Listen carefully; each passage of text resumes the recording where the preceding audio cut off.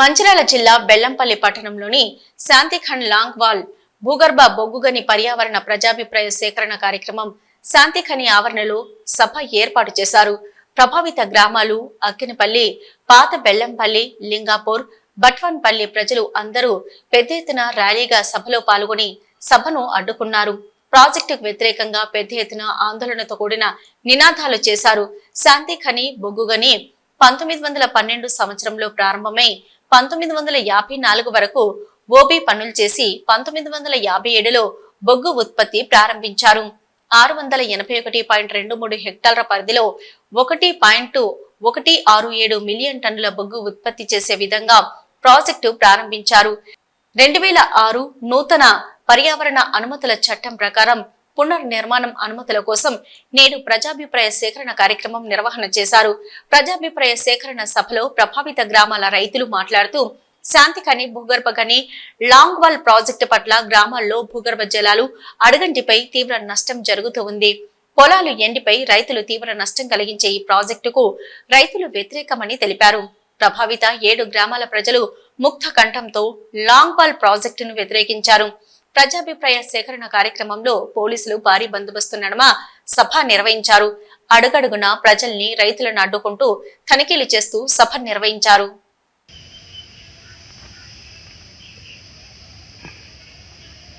చెప్పాలా to the point, ప్రసంగాలు వద్దు కదా, ఓకేనా? బ్యూటిషియన్ కోర్సులు కూడా, బ్యూటిషియన్ కోర్సులతో పాటు మగ్గం వర్క్స్ కూడా చేర్పిస్తూ మన ఈ ప్రాంత ప్రజల అభివృద్ధికి వాళ్ళ సామాజిక బాధ్యతగా ఇస్తున్నారు. వాటిని ఇచ్చి వాళ్ళకి ఆర్మీ, పోలీసు ఉద్యోగాల్లో చేరటకు వాళ్ళు శిక్షణ కూడా చేపట్టి 4530 మందికి స్వయం ఉపాధి అవకాశాలు పెంపొందించడము, వివిధ వృత్తి విద్యా కోర్సుల్లో శిక్షణ కూడా వాళ్ళు సిఎస్ఆర్ కింద చేస్తున్నారు.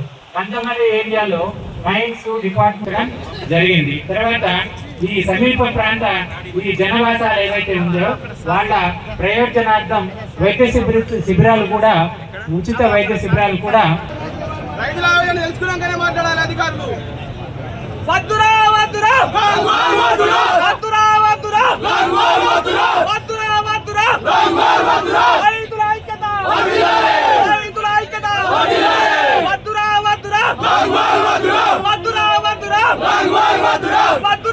పర్వతాలు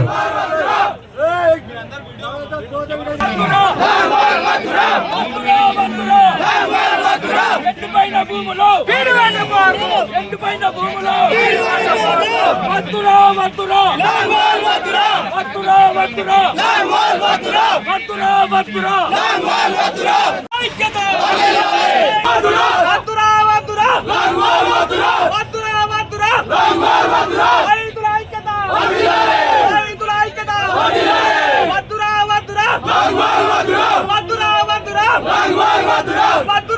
పర్వతాలు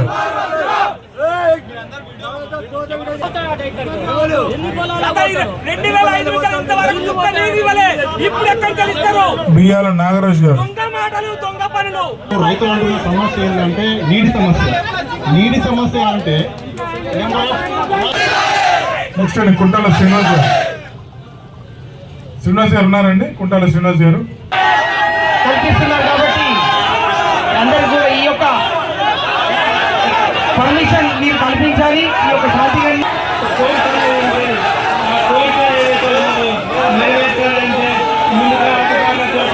మీరు సంప్రదింపు చేయాలి.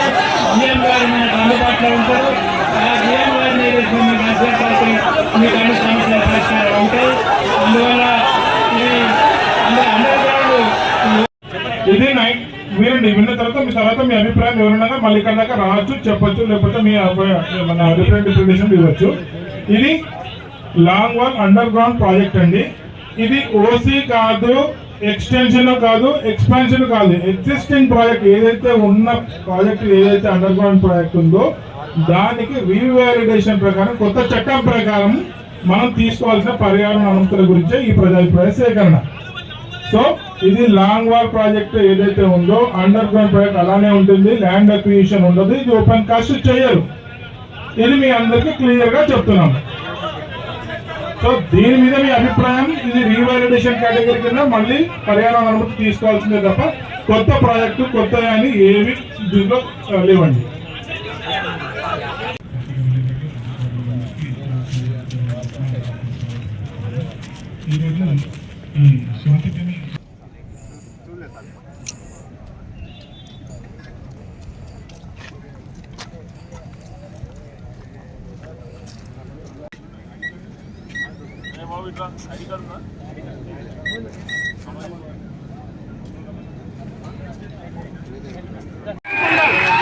పండించుకుంటాం సార్, మేము తినే మందం ఏదో ఒక పంట పండించుకుంటాం. మరి మీరేం తింటారు? రూపాయలు తింటారా? మీ పిల్లలందరూ అమెరికాలో సెటిల్ అవుతున్నారు, నా కొడుకు హైదరాబాద్లో సెట్ అయ్యిండు. మరి నేను పంట వేయకుండా ఉండేది ఉంటే మీరు ఏం తినగలుగుతారు? ఈ భూములను మీరు పాడు చేయకూడదు. సరే, మీరు ఈ సంకల్పం ఇంకొకటి కూడా చెప్పగలుగుతున్నా. మీరు వల్ల మీరు ఏ నీళ్ళు ఇస్తానా, మీరు ఏ పొగ్గు తీసినా మీరు తీస్తారు సార్. 10-20 ఏళ్ళలో ఎటు 10 వెళ్ళిపోతారు. అప్పుడు ఏదో సుపదాన ఏదో సార్ ఉండే, అప్పుడు ఇంకా కలెక్టర్ ఏదో ఉండే, ఆ సార్లు ఇక్కడ లేరు. ఇవాళ మీరు ఇక్కడ ఉండరు, మీ ఉద్యోగాలు ఇస్తే ఎటో ట్రాన్స్ఫర్లు అవుతూ ఉంటారు. ఈ మైన్ కూడా ఒక 20 ఏళ్ళు అయితే దీని జీవనోపాధి అయిపోతుంది.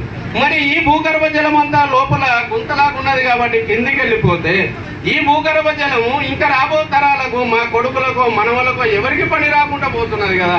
దీన్ని మీరు ఎందుకు ఖరాబ్ చేస్తారు? బెల్లంపల్లి పట్టణానికి 5 కిలోమీటర్ల డిస్టెన్స్ ఉన్న భూమిని ఎందుకు ఖరాబ్ చేయాలి? బెల్లంపల్లి పట్టణానికి కానీ ఏ సిటీకి కానీ ఓ 10 కిలోమీటర్ల డిస్టెన్స్ను ఉపయోగించుకొని ఫారెస్ట్ భూములు ఉంటే మీరు చేయండి. ఈ వ్యవసాయం చేసే భూములు ఎందుకు మీరు ఎంచుకుంటున్నారు? ప్రాధాన్యపడుతున్న పెద్దలకు, కలెక్టర్ గారికి, జీఎం గారికి అందరికీ కూడా నేను ఒక రైతుగా విన్నవించుకుంటున్నా. ఎందుకంటే ఈ సమస్యను పట్టణానికి మీరు వదిలేసి ఫారెస్ట్లోకి వెళ్ళిపోండి సార్, మేము కృతజ్ఞత తెలియజేస్తాం. Okay sir, thank you.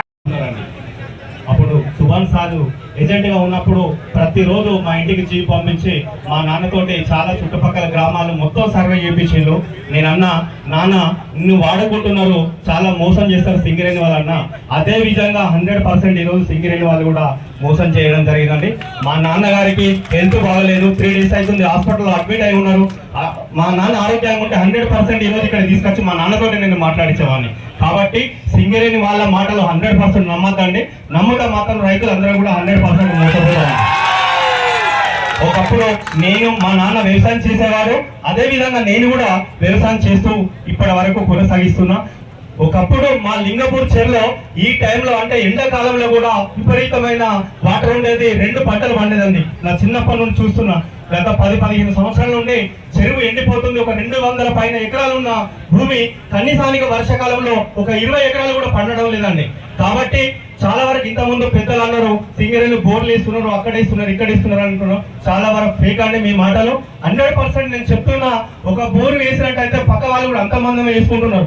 ఒకప్పుడు చాలా వరకు కూడా అందరూ ఇంకుడు గుంతలు ఉండాలి, ఇంకుడు గుంతలు ఉంటాయి, భూగర్భ జలాలు వెళ్తాయి, 100% వాటర్ ఉంటాయండి. ప్రతి విలేజ్ లో ఉన్నాయో లేదో కానీ సార్ 100% మా లింగపూర్ విలేజ్ లో ప్రతి ఇంటికి ఇంకుడు గుంత కూడా ఉన్నదని నేను ఛాలెంజ్ చెప్తున్నా అండి.